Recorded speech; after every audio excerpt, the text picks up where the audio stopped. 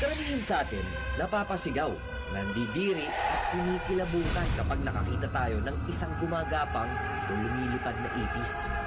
Kaya ang mga partisipantes, may aatras kaya sa kanila gayong kinakailangan nilang isubo ang mga ipis? At sino sa kanila ang makakapaglipat ng 543 ipis? Abangan!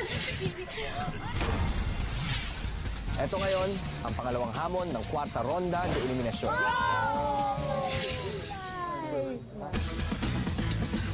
Partisipantes kasi sahog lang yan, pampalinamnam lang yan. Oh my God! Oh my God! Mula sa bandehadong yon, mga laman, ililipat nyo dito sa kahon na ito. Ang time limit ninyo, 2 minutos. Ang may pinakamaraming malipat, yon ang mananalo at maliligtas.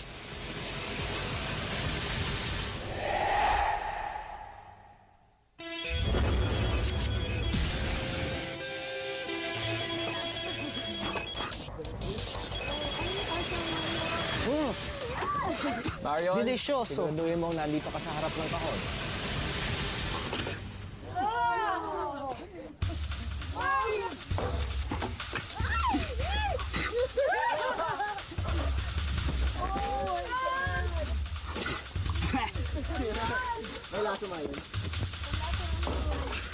Ang ipis.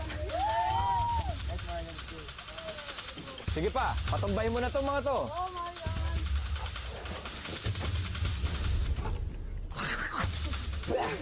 Kaya mo yan, Marion.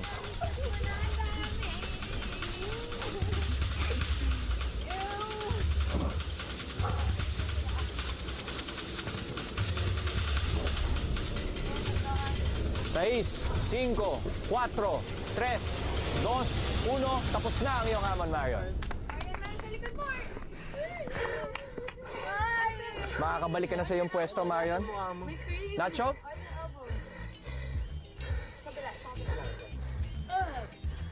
Ipis. Baho.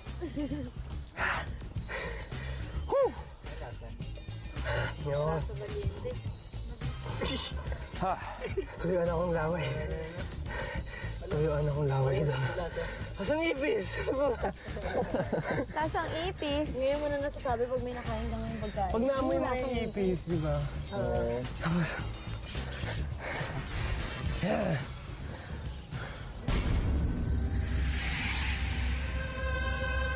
Ano, Marion? Kamusta yon? Eh, ang kati! Namamantal na nga yung Namamatay mukha daw? mo. Ayan. Dami na. Parang nagpa-botox na ako eh. Parang gumaganon yung ano ko eh. Okay. Marion, ang bilang ng ipis na iyong nailipat ay 345. Wow, 345. 345 na ipis ang nailipat mo. Sino na gusto sumunod? Go, Jomi. Akala ko kayo. Babae? Babae? Mga babae gusto yung sumunod? O, sino sa inyong dalawa? Savannah, LJ. LJ? Takot ako naman taling mukha niya. Umantay ba kayo? Oo, wait, super. Wait.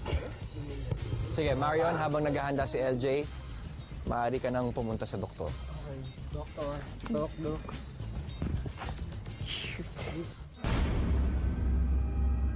Namamantal daw yung ano ko, yung bibig ko. Hindi ko alam. Yung feeling ko nga parang nakabotox eh. Talagang gumaganon yung labi ko. Tapos ang kati. Sobrang kati.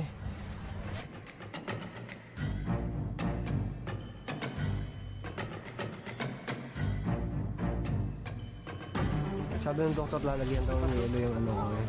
Allergy daw eh, kaso lang hindi nga. Sabi sa ano lang daw, sa balat lang daw yung allergy ko.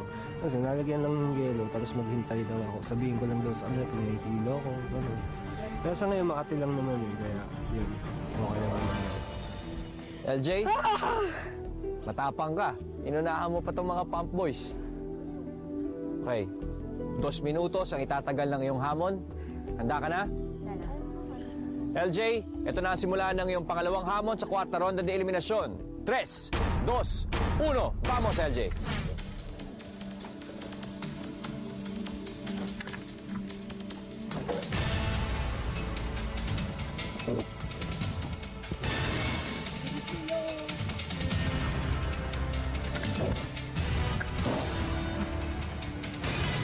Alagaan mo na mabuti ang mga ipis, LJ, nang hindi sila mamatay.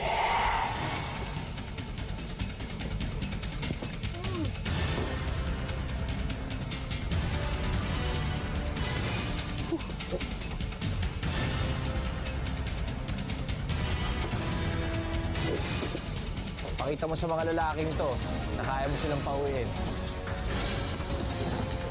RJ, namumula ka na.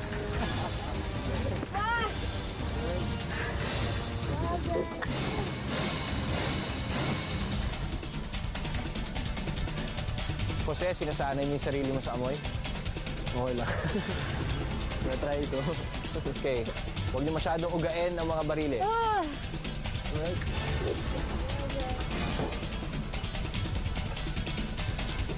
LJ, kaya ba yan?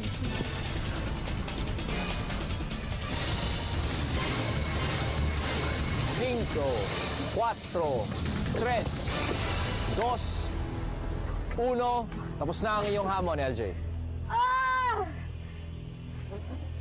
Meron pa? Meron pa. Meron pa. Sa mukha ko? Yan, dito, sa dibdib mo. Sa dibdib mo, LJ. Sa dibdib mo. Sa face ko? Sa mukha, meron dito. Ayan. Kamusta yun, LJ? Aww. Takot ako ba magpantal yung mukha ko eh. Ang baho. Baho? Kinaya mo? Kaya ko. Obviously ha. Ang kate na. Makati na? Okay, LJ. Pabibilang natin kay Nacho. Oh my gosh, my face. Okay, LJ, habang binibilang ni Nacho ang iyong ipis na nailipat, maaari ka na makapunta sa doktor. Oh God.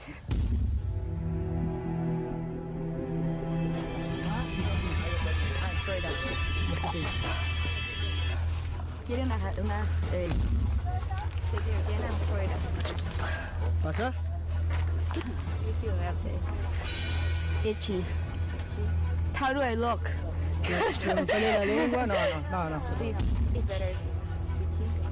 Kate? So scared. Yeah, you have My face is gonna swallow. Oh my gosh. Tatal din. Wala nga siya eh. Sa akin ba po yung pula talaga? Grabe. Talaga. Dito. Nagaw, pak. Oo.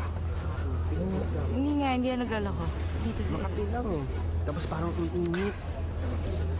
Oo. So gross.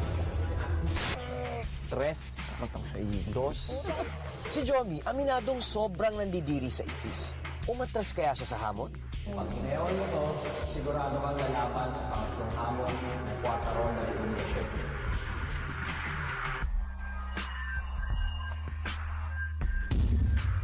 Si Doc Elmer naman, ang bagong recruit ng Pump Squad, mukhang madadamay yata sa kamalasan ng mga bagong kagrupo. Kung bakit, alamin sa aming pagbabalik. Are not to stay or something you swallow it?